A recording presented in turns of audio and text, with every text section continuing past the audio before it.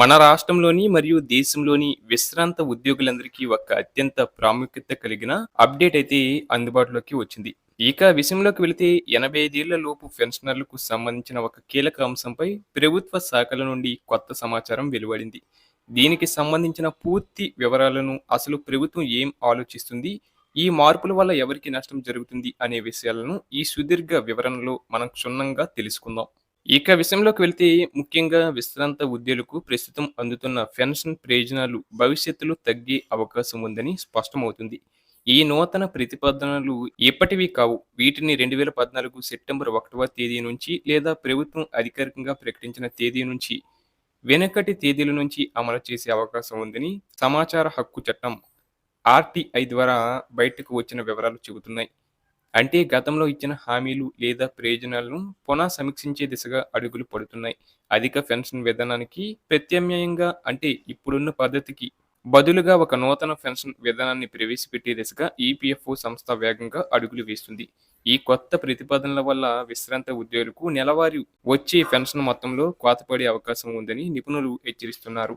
అయితే ఇక్కడ ఒక ముఖ్యమైన విషయాన్ని గమనించాలి. ఈ పెన్షన్ తగ్గింపు అనేది అందరికీ వర్తించదు.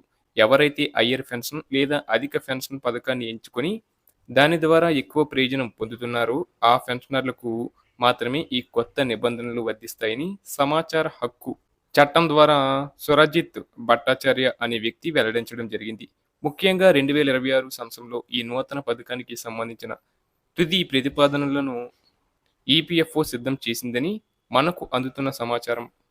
దీనికి సంబంధించిన కార్మిక శాఖ మంత్రి కూడా ప్రాథమికంగా స్పందించారు. మరియు కేంద్ర ప్రభుత్వ పెన్షనర్లకు ఈ మార్పులు ఎక్కువగా ప్రభావం చూపుతాయని తెలుస్తుంది.